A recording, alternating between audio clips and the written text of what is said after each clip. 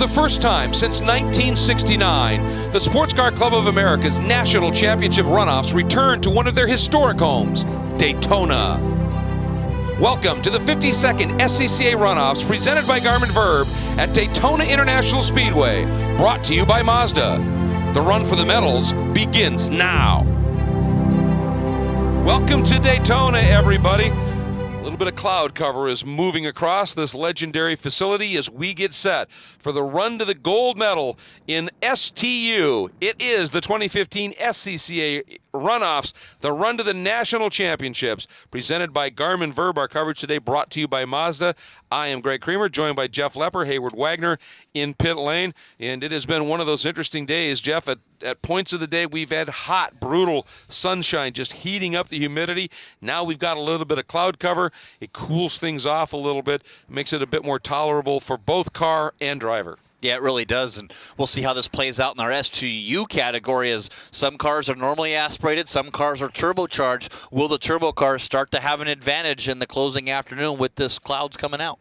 Yep, obviously with turbos, you've got, they make their own atmosphere, but they also run real hot, so there's always that little bit of a trade-off, and I said it's the cloud cover is good for race cars, good for drivers. I'm guessing it's also good for pit reporters. Haywood? Into that. It is definitely dropped temperature here, maybe 10, 15 degrees over the last 15 minutes. Clouds have rolled in. Again, this is another one of those classes where you have a variety of tires running. Some brands love the heat. Some brands start to lose a little bit of grip when they get too hot. Typically here at Daytona with the long straightaways, everything can cool off a little bit, but the tires that excel in the cool may have a big advantage here in Street Touring U. Boy, that's a very good point. Obviously, is there's only a couple of classes here that have in essence a spec tire, and as a result, you've got not just different manufacturers and the like here in terms of car manufacturers, but tires as well. Yeah, with the Hoosier, the BF Goodrich, Goodyear's on the property. We've seen some Hancooks and some Falcon tires actually on one of the cars I saw a little bit earlier, so we'll see if that's going to play out race long. 40 minutes or 14 laps. These cars should get to that 14 lap barrier well before the 40-minute time limit if they do stay green. Pole was by Eric Heinrich in his BMW M3. That's the E30 chassis car. He's on BF Goodrich with Paget Pads VAC in 2002. Racing.com sponsoring with a 205.494, and you got to go back to a 206.9 from John Schmidt in the number 92 Honda Civic with Hoosiers on it, Redline HPD, and then Anthony Simmers in his Volkswagen GTI. That's a turbocharged car sitting there with the Hoosier tires as well. Carl Young from Salinas, California, and the Thomas Lepper and Associates Chevy Cobalt, a turbocharged 2-liter, sitting in 4th place. Yeah, it's going to be interesting to be sure, and this is another one of the categories where we won't have a repeat champion. Andre Hartanto won it last year and was not able to make the trip here to Daytona, and so that's I think going to be interesting to see how that plays out. And now we have a treat for you, folks. It is called our Garmin Verb Fast Lap, as we give you an onboard look at this track here, and in this case, as we ride on board with our pole qualifier, Eric Heinrich, in that BMW Golf M3, as you pointed out, Jeff, the BF Goodrich Tires Paget and 2002 Racing.com machine, as he heads down here through turn 1, 2, 3. This is a tricky bit of this track, and obviously great onboard looks here. Yeah, some good shots from this Garmin Verb, and you really get a good chance to see the elevation they're running here right at sea level and where the direction they're going. But those G-loads, you see them through this International Horseshoe, just touching the 2 Gs, so double the weight of that car on those loaded BFG tires. Interesting to see here. Now, this is that infield kink. Very quick corner, pushing 3G there. Yeah, just barely touching as you trip down through there, and it's a flat-out corner. You see him coming down through the gears. STU category, 3.2 liters or under, or you can run a 2 or 2.4 liter turbocharged car, so different layouts of different machines of cars here. You're allowed a sequential transmission. You can have a dog box gear. It's based on power to weight ratio for the cars, and I'm sure Hayward Wagner will give us a little bit better understanding of what these categories of cars are, but all start life as a production-based car. So these are the cars that you drive, the cars that people drive, the cars that, sports cars that you wish you could drive. Absolutely, and I think that's the key here, and that's one of the neat things about the Sports Car Club of America. There's a class for virtually any kind of a deal. You've got the prototypical machines that run in prototype, and you've got cars all the way down to production-based cars here, and that's what makes it exciting. This is down that super stretch here, and then into the bus stop. Fun place. Yeah, it really is. And you see him just downshift one time, hit the brakes here, eat all the curbs you can, and these are softer suspension cars than, say, a Formula car that got a lot of travel on them, even though you do run a stiffer spring. And you come down through that transition onto the oval here in NASCAR Turn 3. You can see the closing rates for some of the cars here. And yes, these are, even though they are manually shifted, you still use the clutch on these cars when you go through the gears.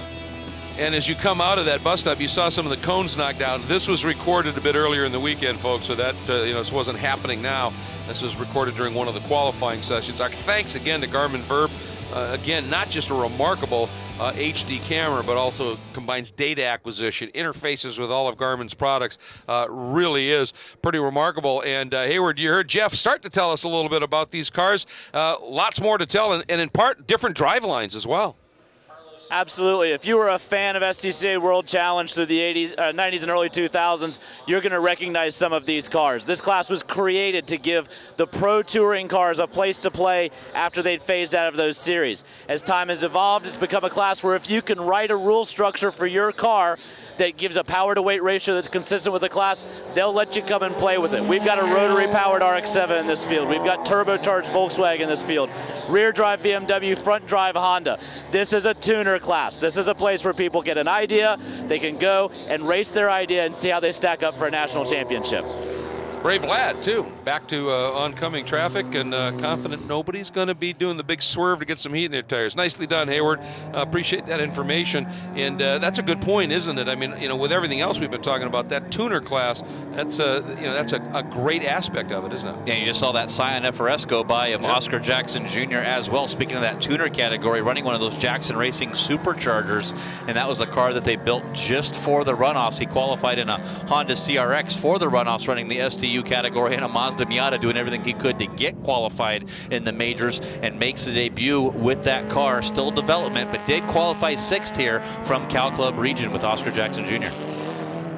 Yep, Heinrich, as we are giving you the starting lineup across the top of the screen with that pole. Again, another driver who's fairly hungry here. He's made 3 starts in the runoff, Jeff. Twice he's had a bronze medal.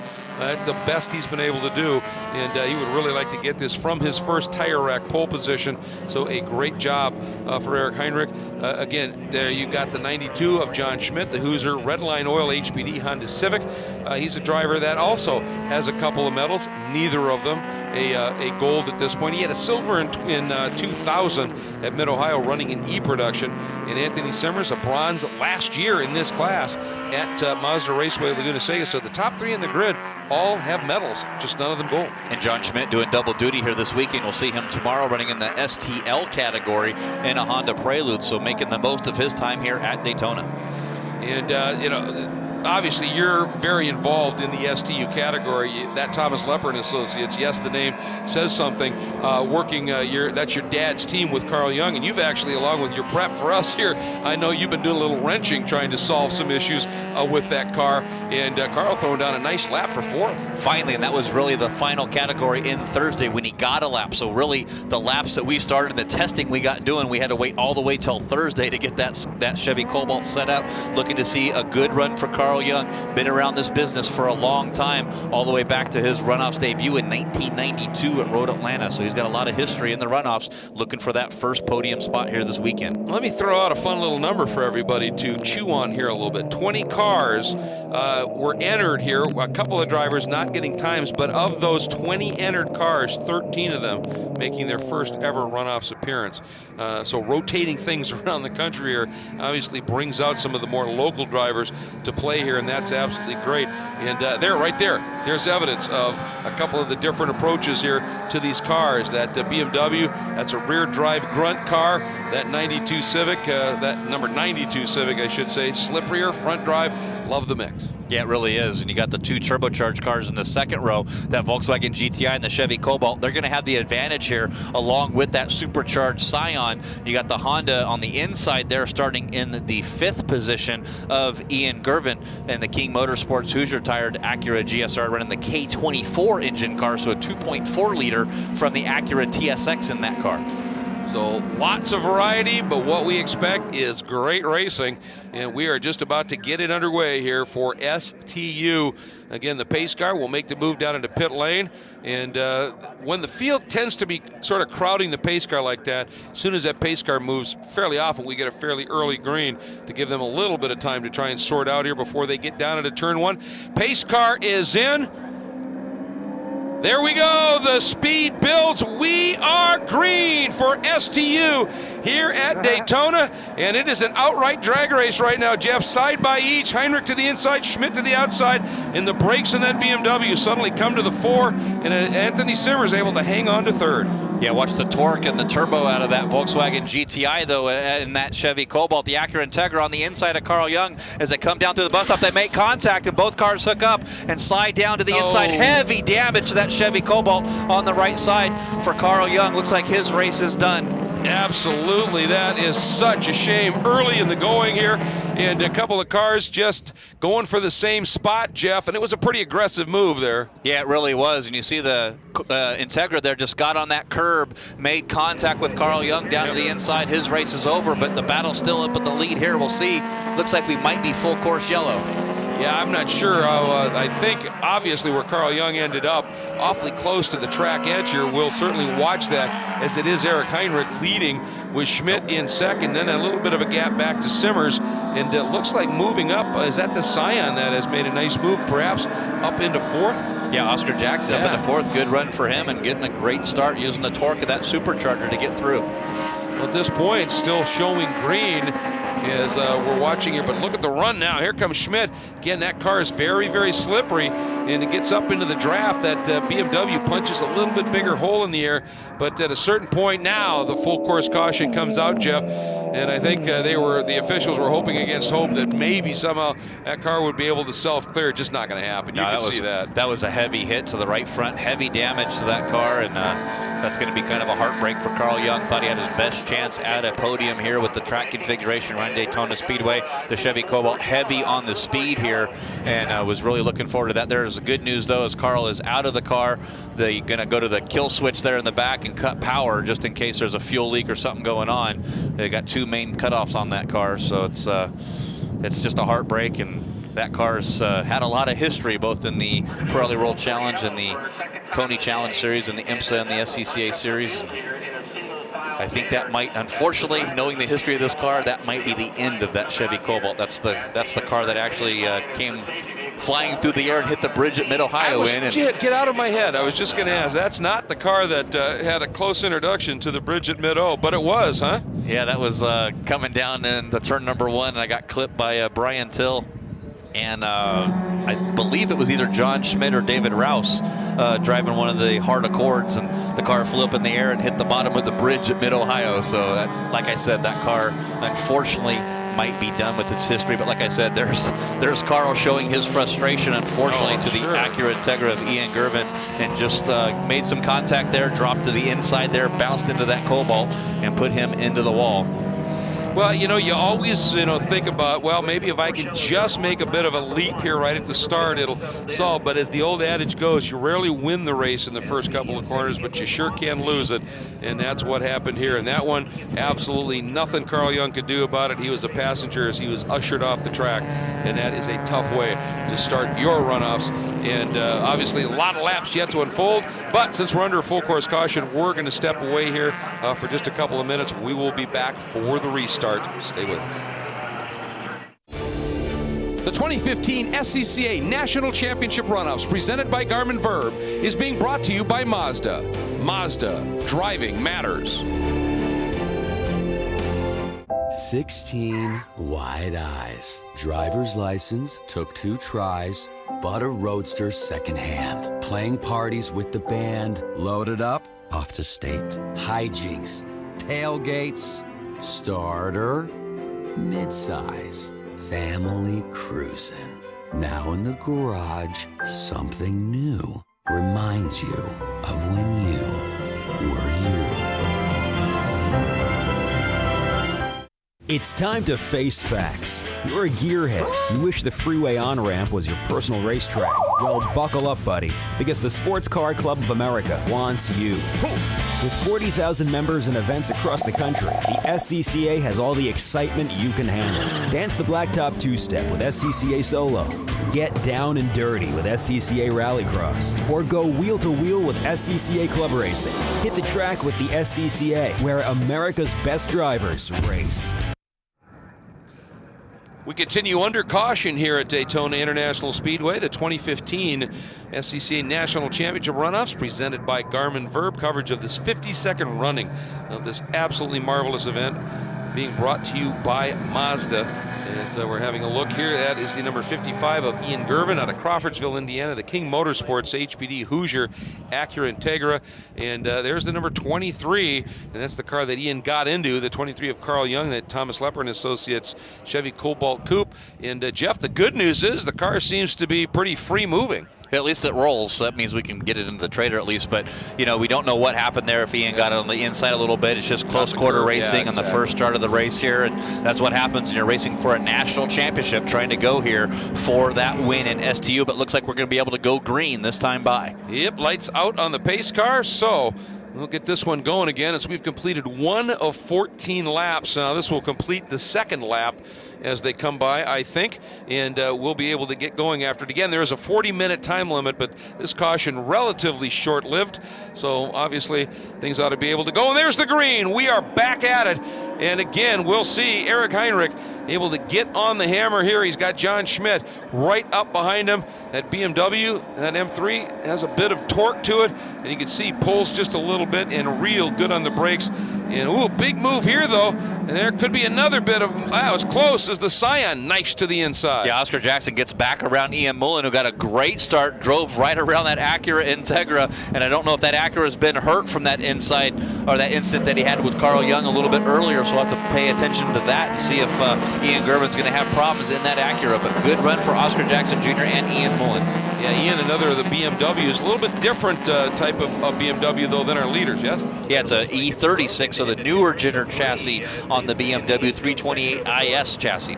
And here we go, watching a little bit farther back in the pack. That is the number 74.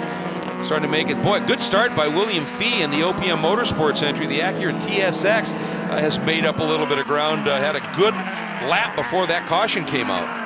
Yeah, great lap as he did as he comes back up and working through the field, so moves into the top 10 in that category car. But it is your pole sitter, Eric Heinrich, able to pull away from John Schmidt a little bit. And then Anthony Simmers, who was your STU National Champion points winner this year in the majors category, in third place. Yeah, that says something about the caliber of drivers we have here. Now the drafting battle begins. You get up onto the banking here, and I mean, this is what we expect to see the entire race. And look at the closing speed. Once you get the toe in these cars, it just suddenly launches you, doesn't it? Yeah, and the sitting duck there in the middle of that sandwich was Oscar Jackson Jr., but Mullen goes way through the bus stop there. The splitters on these cars, you don't want to damage that front end as he bounces. You see smoke coming out of it now. You quite possibly could have nailed an oil cooler or the oil pan as he bounced through the bus stop there. That BMW is hurt.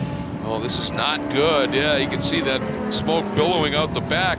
And I think a pretty smart move here driving the Scion as Oscar Jackson is just staying well up and clear of whatever that might be. Now this will really get the corner workers, the course marshals around this track looking at that car as they are in communication with race control. And here comes Gervin, a big move down to the inside, and is able to sneak by Jackson, at least temporarily. Now Jackson up on the high side.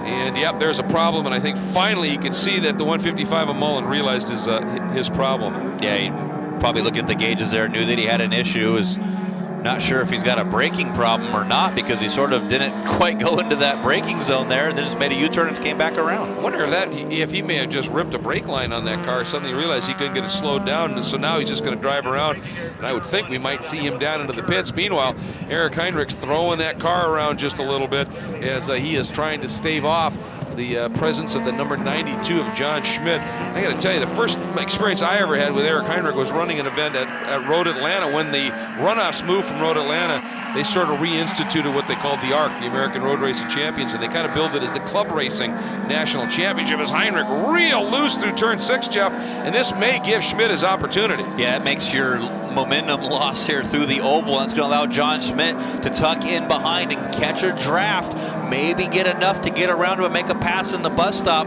I think John Schmidt needs to get this done early if he's going to want a chance to get ahead of that BMW. Of course, the front-wheel drive versus wheel-wheel drive. Front-wheel drive notoriously are harder on the front tires and wear those fronts out a lot sooner than the BMW does the rear. Well, and Heinrich put in his fast lap on Monday, the first day of qualifying here. Didn't run the next 2 days.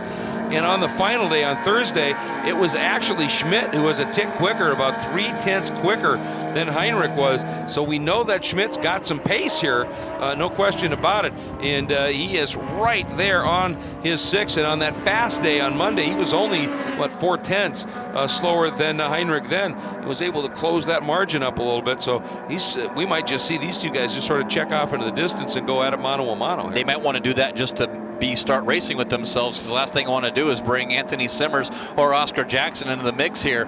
But you really see the better braking of that BMW into turn number 1 where it shines. Yeah, it really does. And as now that there's a little bit of a margin here, I was asked to come in and announce at the ARC, which turned into just an absolutely great race, a lot of fun, and was able to call Heinrich a couple of times there. And I remember, watching him going, this kid's got something. He really does have some pace here, and he's been fun to watch. And now seeing him running at the national championship level with this level of success and speed, pretty cool.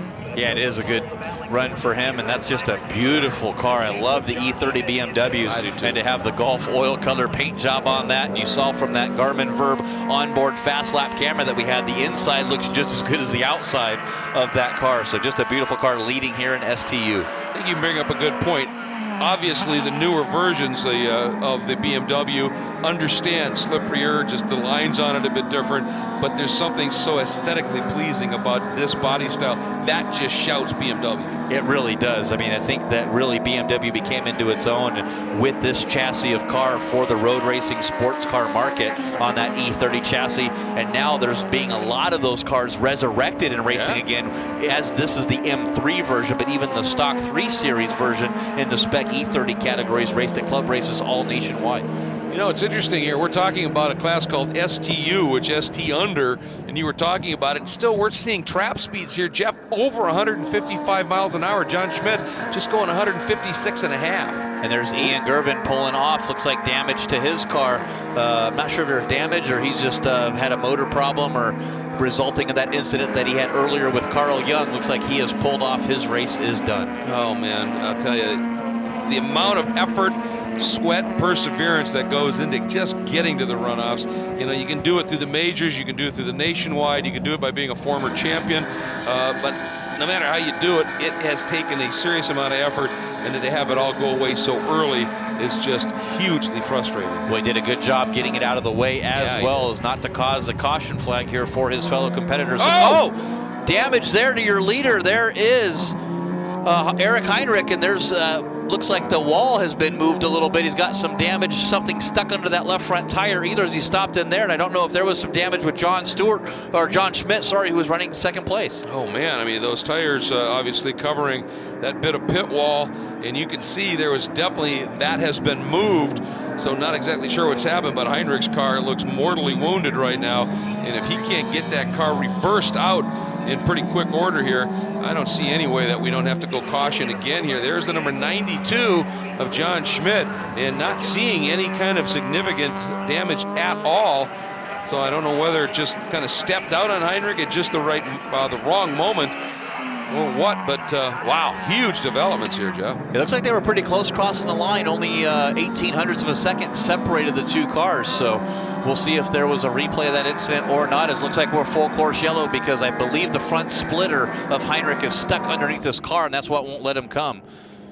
Oh, looks like Heinrich maybe well, again, it's tough to tell. You were talking about how close they were, but Heinrich got into that. Looks like maybe barrier. it was all by himself. Yeah, it might have happened, yeah. Again, just if that, you're committed at that point, and if you're turning in and suddenly the back end steps out and you just charge into that a little bit, It clocked it, but again, can't see anything significant in terms of any damage on Schmidt's car at this stage. And we are now full course caution. So let's see. This is going to bring the field right back into play again. Anthony Simmers will join up behind Schmidt. Ian Mullen now, and again, Gervin with his issues. So Oscar Jackson and William Fee. I'll tell you what, a opening few laps he's driven from 14th now up into 7th, and that might well be up into 5th. Yeah, great job for him as he's got a great start and able to catapult himself up into a top 5. And he's one of the guys that I've also had the pleasure of announcing for a few years here at the ARC. It's great to see some of these guys now with this class being nationally recognized and runoffs and gold medal eligible, to have these guys able to come in and show what they're capable of. Yeah, I think Heinrich just did that all on his own. The way that you saw Schmidt's car react there to the end was really nowhere near Heinrich down into turn number 1. And as we'll see as he comes down through here, Heinrich's car just cannot get clear. A lot of debris down there as well. Well, he keeps backing it up, trying to turn and drive out, and he can't. He needs to just back it up into that area outside of turn 1, and because it seems like that was at least moving in that direction a little bit here. But it's interesting. And we had seen Heinrich clearly could go deeper into the brake zone and would actually gap Schmidt a little bit when he did it. So it looked like Schmidt, when we saw that move to avoid, that's exactly what that was. Again, we didn't see what started this, but wow, a huge development here. I mean, the guy who's been on pole since day 1. Yes, he didn't run a couple of the sessions, but the first time he said was golden. Yeah, and that third session was rain, so not a lot of these guys went out in the rain knowing that the weather forecast looked pretty clear here for the race on the qualifying day number 3, but that splitter ripping off the front of that BMW, and part of it still attached, so he is not able to continue. This is going to be interesting because that Volkswagen, that GTI from Anthony Simmers, again, you were talking about the power plant in that car. How is that going to play out now relative to the one in that Civic? Well, it's turbocharged versus normally aspirated, so they should have the advantage. Oscar Jackson in 3rd place in that Scion, that brand new car, supercharged. The BMW of Mullen behind him is normally aspirated, so a lot of different layouts and variations on the engine drivetrains here. See how this goes, because there is still 7 laps. We're just at halfway. Have a lot of time left to go as 2 full course cautions in this STU race now. Well, you mentioned a real good point. I remember when Ian Mullen had that moment out there and he dropped way back, this caution is the only thing that could have maybe brought him right back into this, and he got it. Yeah, that was what you're praying for and hoping for, and you hate to see it happen to a fellow competitor, but you'll take them as you can get them.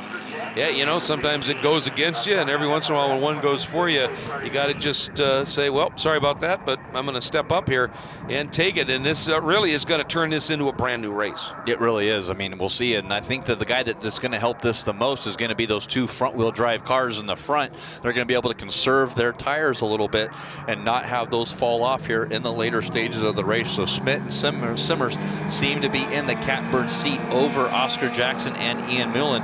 Don't count out Eric Thompson either. He's back there, sort of fell off the pace a little bit back to 8th, but that Mazda Miata able to be generally better on the later runs. And Will Fee got to be the drive so far here today, up to 7th place in that Acura TSX. Yeah, that's just remarkable. By the way, John Schmidt was picked by Sports Car Magazine to win this thing, and it didn't, you know, it looked like after that last qualifying on Thursday that maybe that was a bit more likely, because it sure looked like Heinrich had him covered here. So Schmidt now going to try and fulfill his destiny, as it were, and bring it home and keep the editors at Sports Car grinning. You see Heinrich ripping that front splitter off that car a little bit too late, unfortunately. Yeah. A little frustration there you see in him, and probably, especially when it's by yourself, and obviously Ian Gervin getting his car pulled away by the safety crews, a good chance to clean up the cars that are stranded around the track. Yeah, this is a class you don't normally see very much, you know, attrition in. They're pretty reliable cars out here. We just had a couple of incidents, as you recall, and there's Heinrich just letting everybody know that he's okay. Anytime you have contact with the barrier, it is absolutely standard operating procedure that you crawl in the back of the ambulance, go to the medical center, just get looked at, but letting the crowd know here, nope, I'm good, and we'll go in and get checked out. I'm sure he's heartbroken, but otherwise looks to be okay. And, oh, but he's going, I forgot my wallet. Now, I think they're He's more concerned with how they're pulling his car to make sure there's no damage or not. But let me go turn the lights off real quick. I got to go run back. But we'll see how this STU race is going to play out. There is a lot of cutouts through this track, so they're only on the backside of turn number 2 down into the bus stop. I don't think they can get that car and the debris cleared off in time for us to go back to green. Might still be another lap under yellow here. Yeah, and we just now we've completed half distance. It's in terms of lap count, it is 7 laps. We'll be completing lap 8. The bigger question is time. There is a 40-minute time limit, and right now we're just completing 19 and a half minutes here. So, with that kind of pace, we should still be able to sneak this one in and get the full lap count in. Yeah, either way, it's going to be a battle royale in our STU category for the win. All right, let's get down to pit lane here while we're under caution, find out what's going on down there. Hayward? Guys, I just ran down and talked to the flag crew at turn 1. They said exactly what you would expect. It was a snap spin under braking. It looked like the car got either imbalanced or the brake bias was off, but he did spin to the inside, contact that inside wall. The second place car was not involved in the incident other than having a front row seat to it. So obviously the complexion of this race dramatically changed. Yeah, well, that's what you kind of suspected, Jeff. Yeah, it really was. First, we thought there might have been some contact being so close across the line, but when you're running 150 miles an hour, a tenth of a second is actually a pretty big gap when you cross that line. And just unfortunate for Heinrich, a mistake of his own down there into the braking zone takes him out of contention. And there, a lot heavy damage to that car. We didn't really see the damage looking at from our previous thing, our previous camera shot. Well, those tire barriers, they're obviously in front of that pit wall. And I think when you see, even with the barriers there, those tires there, you see a car that gets into the wall like that, it's just not going to be a lot of give, obviously. So, boy, I think Heinrich got away with one in a way. I mean, that's a badly damaged car, but it could have been a lot worse. So, tough break for him at this stage. And getting back to what I was talking about just a little bit ago here, it just, you're talking about Civics. You're talking about GLIs, you're talking about GTIs, 155 miles an hour here. It just tells you what these cars are capable of. Yeah, and Saturday during the test days here in the Cobalt was at 158 miles an hour. So John Schmidt at 156 so far with our top speed.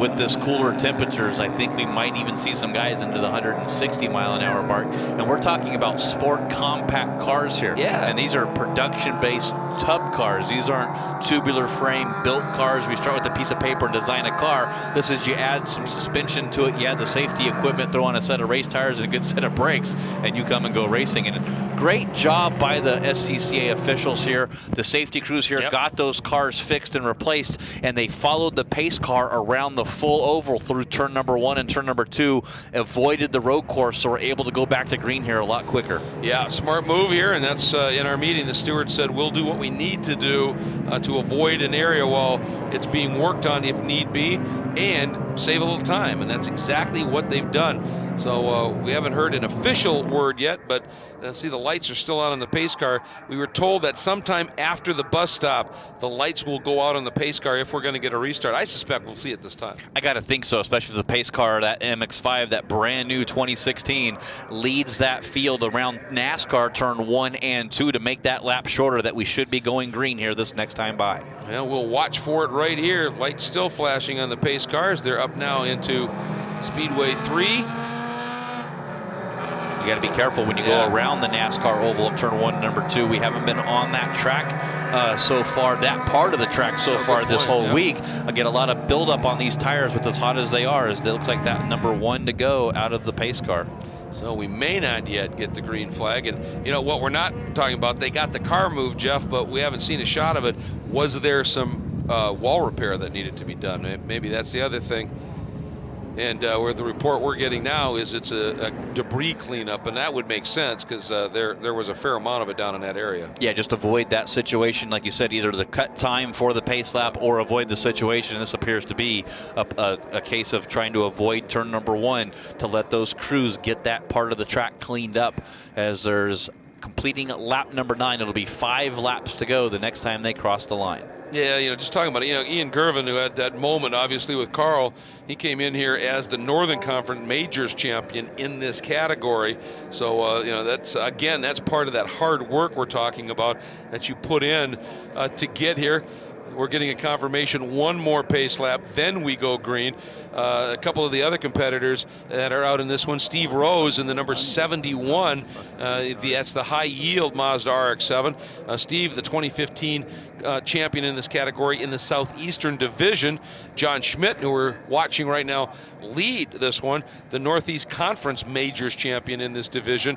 And you put in an awful lot of time. Anthony Simmers, who sits second right now, the STU Nationwide Points title winner. So there's some guys that have put in some serious time here this season. Yeah, they've done a good job all across the country here making this happen. That's what the majors has brought about for all the categories here, giving a chance that you could run in your division or your conference, so to speak, qualify for the runoffs there. But if you want to go to some other conferences, maybe you live somewhere but you race somewhere else, you can go for a nationwide points battle as well. And I got to think that that's really going to open up a lot more, like you see when you said there's 12 guys and gals here making their first start just in this class for the runoffs. Gives them that opportunity. Carl, obviously, second in Western Conference Majors competition this year, so a good season for him as well. So just want to do let some folks know about some of the real strong achievements by a number of the drivers that are running here today, and you just hate to see this kind of thing happen. Charles Lowrance, by the way, in the number 50 Firehouse Billboards Auto Technique Mazda Miata, a car that you thought might come alive a little bit later in the going year, was second in this class in the Southeastern Conference this year as well. So some great achievements here. Now we're starting to see the pace pick up just a little bit in anticipation of a green. Yeah, try to get that, get back around through the oval out of turn number 6 here as quick as we can, because time is starting to expire here. It'll be 4 laps to go when they cross the line again. Had a great shot of Oscar Jackson in that Scion. Way to be rewarded for the build of that car, coming just for the runoffs. No testing time. Its first laps were here during the test days over last weekend, and rewarding everybody for their hard work, sitting third right now in our STU category. Yeah, he's a few miles an hour in straight line through the speed traps off of John Schmidt and Anthony Simmers in front, and maybe of greater concern to him is Ian Mullen, now that that caution has brought Ian right back into the mix here. So Oscar may have his hands full here in going for a podium, but what a story if he can do it, as you said, with a car that really a brand new builder. We just had a shot at William Fee. It's going to be interesting to see what he can do now from 7th on this restart. He's already made up half of the spots from 14th to 7th. See what he can do here in this last few laps of this one. Looks like green's coming up soon, Jeff. And we'll see if the torque plays a matter as well here with that normally aspirated Civic at the front of our field and the turbocharged Volkswagen behind him, the big torquey Volkswagen behind. Will that play a factor here? I think if Simmers can get around Schmidt, he might be able to keep him at bay in the infield and then open that lead up once he gets to put that power down on the oval. Well, we're about to find out, aren't we? We'll see how it plays out now. It is that time here as we are about to go green and decide our STU national champion for 2015 here at the National Championship Runoffs, presented by Garmin Verb. Hope you're ready to get back into some high-speed coverage, presented and brought to you by Mazda here at Daytona International Speedway. Lights are out on the Miata pace car, and the leaders of the report will be working lap 11 of 14 when we go to green. So just be completing lap 10, working 11. Pace car should be making its move down into pit lane here. And now John Schmidt going to be leading him around in the Honda Civic out of Sunbury, Ohio.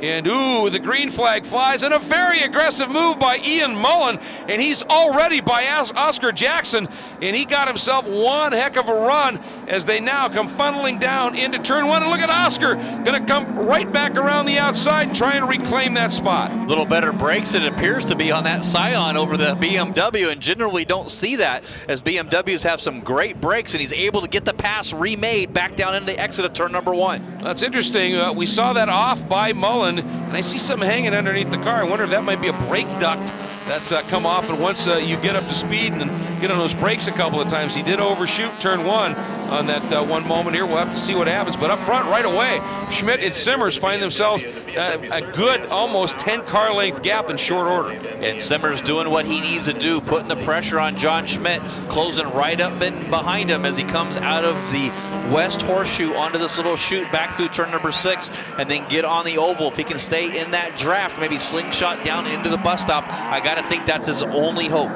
Well, he sure diamonded the international horseshoe there, trying to get a run to stay close. Now he does the same thing, up onto the banking, as they are up in Speedway 2, now 3. And now it's just, this is going to tell us here who's got what in terms of straight edge. Schmidt in that normally aspirated Civic has been awfully quick, and that car's so slippery. Well, and he got a little bit loose coming onto the oval there, and that let Simmers close in. But just the power out of that normally aspirated Civic, doing a great job as he pulls away from the Volkswagen on the oval. And then here's this battle, and look at this. Is Mullen now going to try the outside and just gets in too hot and does it again. That's what he did before. I think he's got some serious brake issues in that BMW, and that now has given Oscar third unto himself. Absolutely able to clear of Ian Mullen now for that third place, and it's a development for this car. We're only going to see him get that car faster and faster.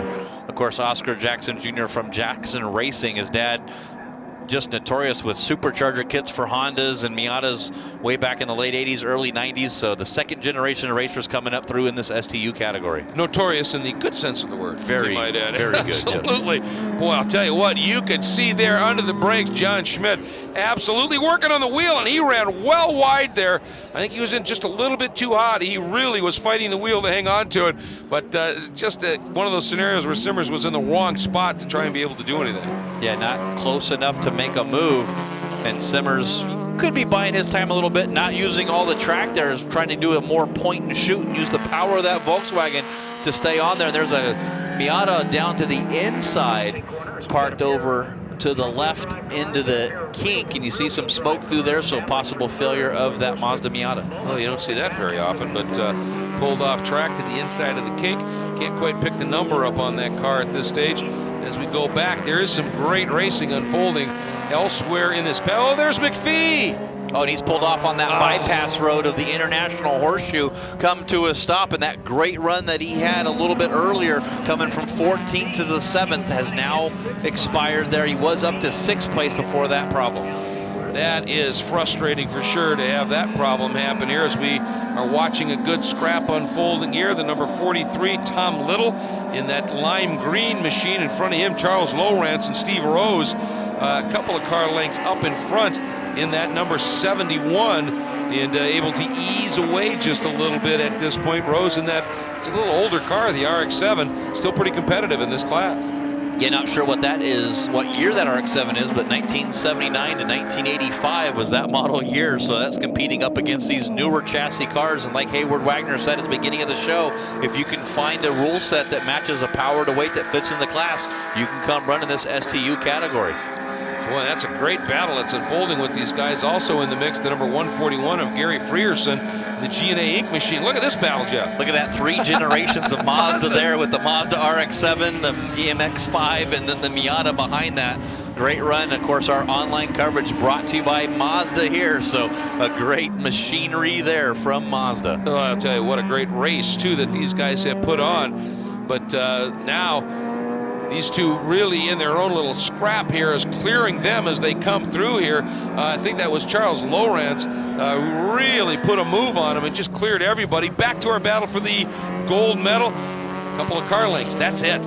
Yeah, John Schmidt able to hold Anthony Simmers at bay currently with only 2 laps to go. It should be white flag next time by for your leader, John Schmidt, doing double duty here, as well as Oscar Jackson Jr. They're both John Schmidt Jr. Look at Simmers down to the inside here, the horseshoe, trying to make that move, and shutting the door was John Schmidt. Yeah, I think Schmidt realized that he was going to, if he left that door open, there was going to be somebody filling it, and he quickly turned in a little bit sooner, and you could turn in. He wasn't alongside, so that was okay.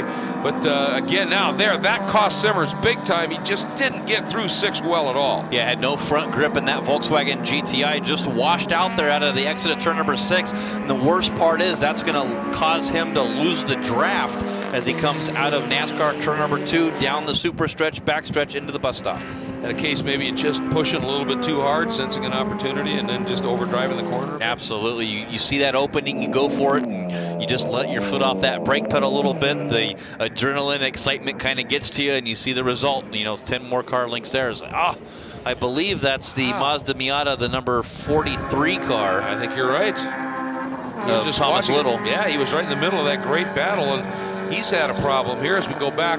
Watching the 45 of Simmers now, he's got a lot of ground to make up, but as we said, white flag coming out this time by, and there's the tell, isn't it? You can't even see John Schmidt in the shot right now. No, that's how much the draft plays a factor here. Once you lose that draft, it is over for you. As John Schmidt pulling a huge lead. It was a half second the time before. It's well over almost 8 to 10 seconds, and not sure a problem with Anthony Simmers. So Ian Mullen might not be out of this, even with his problems that he's had sitting back and forth, could squeeze out a podium. Wow, that went from a half second, as you said, Jeff, to 5. I mean, that was huge. I think clearly Simmers must have been, developing some sort of an issue here. The problem was when you lose that draft, like you talked about, you find yourself, when the guy that you're chasing is quicker in a straight line, you're done. Yeah, you can't catch up again, even as good as your car might be on the road course portion of this track. To get back to the oval, you just cannot recover. Through the kink, final lap, Schmidt 5 seconds clear at the start-finish line. He may even be easing away a little bit more Simmers, and the question for Simmers is, if he does have an issue, he is going to have Oscar Jackson, who is throwing down some laps here. On that last lap, though, he was able to run a lap that was still a 10th quicker than Oscar Jackson, Simmers did, regardless of whatever the problem might be. Yeah, not sure what that issue is with that car, but a 2:13 for Simmers and a 2:11 for Oscar Jackson Jr. a little bit earlier. But John Schmidt, a lot of pro racing experience from that Honda America racing team. Hart on the side of this car runs his Honda Prelude in our STL category. A little bit later tomorrow, you'll see him in another Honda tomorrow. So doing a good job. Can he hold it together? Just a bus stop to go in NASCAR Turn 3 and 4 to get a national championship. Boy, what a race it'll be. And as we said, he's had a silver and a bronze, but never had that gold draped around his neck. Well, he's through the bus stop. All he has to do now is bring it around Speedway 3, 4, and through the tri-oval here at Daytona International Speedway, and bring home, finally, that gold medal. What a day he's had. It's been eventful for sure, watching what happened with Eric Heinrich in front of him, avoiding that deftly. Now maybe bringing that Hoosier Red Line Honda Performance Development Civic through for a gold medal. Into the tri-oval he comes. STU National Champion for 2015 is John Schmidt. Just a great drive. Simmers is going to bring that Hoosier, Rebay, and United Motorsport VW GTI home in second. And I'll tell you, coming up quick was Oscar Jackson out of Chino, California, that Jackson Racing, BF Goodrich, and Hasport Scion FRS. He really put together, look at that, a 2:10.2 on that last lap. He made up 2 seconds on Simmers. He was just too far back, but a good run nonetheless. Fourth is Ian Mullen, and we are waiting to see Greg Goss. There he comes, and Greg Goss will complete the top 5. But John Schmidt, your 2015 STU National Champion. Yeah, did a good job in that Honda Civic SI. Not what we expected here. A lot of carnage and a lot of, I say, fatalities here as we see cars strewn across this racetrack here. So a lot of reliability problems for a lot of cars here. But John Schmidt doing a great job getting the win, holding it together. A lot of supporters for this guy as he's had a very great career, continuing it on here in the SCCA National Championship runoffs. Yeah, and I mean, his last medal came in 2000, so this one's going to feel pretty sweet. 15 years on, he earns the gold, and he did it, as I said. I mean, he was in the hunt, certainly, and then he had to do some pretty good evasive driving, and then he had to just lay down laps when he was being pursued by Anthony Simmers. I mean, every time he needed to execute, Jeff, he did. Yeah, he did a good job every time he needed to. That's the key there, is you don't need to do it every single lap. You just need it to win it when you do it, and then go ahead and get that podium spot. So he's enjoying this long cool-down lap, knowing at the end of it he'll be pulling into pit lane, and when he stops, Hayward Wagner will be grabbing an interview with him, and they'll be putting that gold medal around his neck. Waited a long time for it. Finally gets to happen. And this has got to be tough here. You want to savor this moment, let that cool down lap last a while, but you want to feel that medal around your neck too, and hustle that car and bring it in here. And again, I think, wow, what good things we might be seeing from that Scion in this category. Yeah, who knows how that's going to play out. Of course, that shows you the potential of a rear-wheel drive car. You can supercharge it. You make the weight battle. They still need some more adjusting to that car. It's a little bit overweight right now at 3,050 pounds for that little roadster, so to speak, from the Scion two-seater. So we'll see if the SCCA technical staff can play with that a little bit and adjust that car, maybe get some more interest in bringing that Subaru BRZ and Scion FRS platform into club racing. Well, and as he brings in that Honda Civic, here's a thought for you folks. First place, a Civic. Second, a GTI. Third, a Scion FRS. Fourth, a BMW. Fifth, a S2000. Sixth, a Miata. Seventh, an RX-7. So in the top 7 there, 6 different manufacturers and 7 different makes of car. Pretty good variety. I think those SCCA Tech guys have got it close, and as you said, fitting that FRS in there, they're close already. Well done indeed.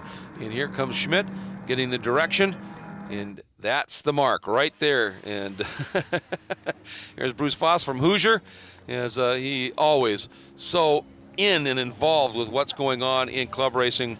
One of the, not just for his tire company, obviously, but also just a great ambassador for SCCA club racing. He just loves it, and just a treat. I got to tell you, he's helped me when I first started doing club racing, and I don't even want to say how long ago it was. He helped me out, and he is willing to help people out to get a start, and that is a great thing indeed. And that helmet is coming off. That means Hayward is going to be close to ready right down there. It's going to be one happy man. There it comes, the Hoosier around the neck and the microphone through the window. Hayward. John Schmidt, a very clean drive for you this race. A lot of stuff going around you. Let's start with the incident with Eric in turn 1. What can you tell us about that? Oh, well, his car had been loose the whole race, and he was really just got it a little too loose, tried to go back to power, and then he was turning around. I just tried not to T-bone him when he got there. So. Now, obviously, that created a great opportunity for you, but an opportunity that was risked when the caution came out. What were you thinking during those yellow flag laps? Did you think you could make a gap? I wasn't sure. The turbo cars are really torquey, and so they'll pull on you, so I just need to get good, clean restarts, and we did.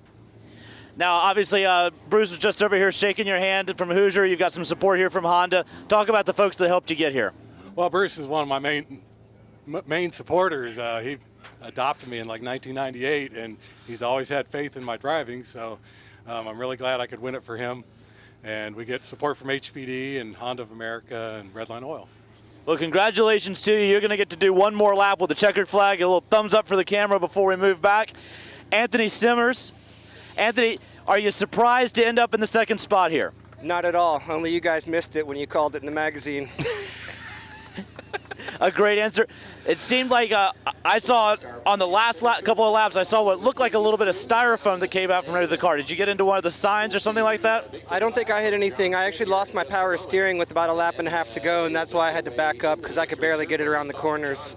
But yeah, I'm really happy to be in second. We had a lot of problems with the car again this year, so improved from third last year at Laguna, and see what happens next year. All right, we've only got one step left to take on the podium. Congratulations to you on the second spot here.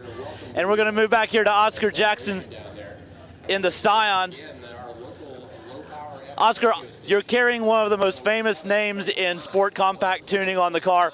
How proud are you to come here and put that name on the podium? You know, it's been a dream to get on the podium here at Runoffs. My dad and Lance, they've done a lot of racing here, and it was cool to get on the podium. But you know, we're a heavy car, and the guys in the class are pretty fast, so we were at a little bit of disadvantage on the straights, but you know, we did really good. So you know, everything for the guys at Jackson Racing, all of our guys are back at home. BFG, we have Goodrich tires. They hung on the whole time, and it was really easy to race until the end. And yeah, SCCA, thanks. It's been a great time. You were putting together some pretty good laps there towards the end. Did you think you could run the Volkswagen down? Yeah, he looked like he was hurt. So I was working real hard to get him. You know, I just do my laps and do my race pace because I know I can run the same pace the whole time and run hard till the end. Great. Well, congratulations to you on the podium finish. We're going to go back upstairs. A little thumbs up to the camera before we go. Boy, he earned it. Nice job, Hayward. And, yeah, you talk about those laps he was turning. How about this? Last lap of the race, turned his fastest lap of the race, that 2:10.294. Coming on that final lap as he put his head down, he said, going after Simmers, who looked a little wounded. Boy, he was pushing it, Jeff. Yeah, he sure was. Really, it's sort of that dog chasing the rabbit there. You see him up there, and it's like you've got the carrot dangling. Let's go get him, let's go get him. And unfortunately, I think there was one more lap to go with the power steering problems that Simmers had. I don't think he could have held off Oscar Jackson. Yeah, anybody who's driven a car just on the street when the power steering goes out, you know how tough it is. Well, then imagine trying to get it with the loads up on the banking and being able to deal with it. Tough last few laps for Anthony Simmers. Still, though, the silver right behind John Schmidt. Oscar Jackson completing the podium and getting the bronze. Then Ian Mullen, looked like fighting brake problems, ends up in 4th. Greg Goss, a good run to 5th. Gary Frierson into 6th. 7th, Steve Rose. 8th, Eric Thompson. Then Charles Lowrance in 9th. And again, just a great day completing the top 10. Eric Thompson bringing it home. So an eventful race, and in some cases far too eventful for some of these teams and drivers, obviously. Really early ends for a couple of the guys that struggled here. But in the end, John Schmidt earning this one, no question about it. But it looked like it was Heinrich's to lose, obviously, and unfortunately it sounds like he just made that little bit of a mistake. But it all started on that first lap with this moment, and Carl Young, big impact there. Good news was we saw that car, even though it was being towed away, it was free rolling away. That's the good news. Here's the first of the big moments for that number 155 BMW, and then for Heinrich, this was it. Yeah, heartbreaking for him, leading the race, gets the car loose, hits the wall, but it was John Schmidt getting the win in STU and a national championship here at Daytona. Yep, and enjoying that cool-down lap. It was a very special one for him indeed, and then was able to go out on that victory lap, flying the flag with the gold medal around his neck. And that wraps up our coverage of the Run to the Medals in STU here at the 2015 SCCA Runoffs, presented by Garmin Verb. This 52nd running being brought to you by Mazda. For, again, Hayward Wagner down in pit lane doing a great job. For Jeff Lepper, I'm Greg Creamer. It's been a treat here to bring you coverage of this Runoffs. A lot more to come. Make sure you check out all the coverage over the course of the weekend. We'll see you next time. The 2015 SCCA National Championship Runoffs, presented by Garmin Verb, is being brought to you by Mazda. Mazda, driving matters. 16 wide eyes. Driver's license, took 2 tries, bought a Roadster secondhand. Playing parties with the band, loaded up, off to state. Hijinks, tailgates, starter, midsize, family cruising. Now in the garage, something new reminds you of when you were you. It's time to face facts. You're a gearhead. You wish the freeway on-ramp was your personal racetrack. Well, buckle up, buddy, because the Sports Car Club of America wants you. With 40,000 members and events across the country, the SCCA has all the excitement you can handle. Dance the blacktop two-step with SCCA Solo.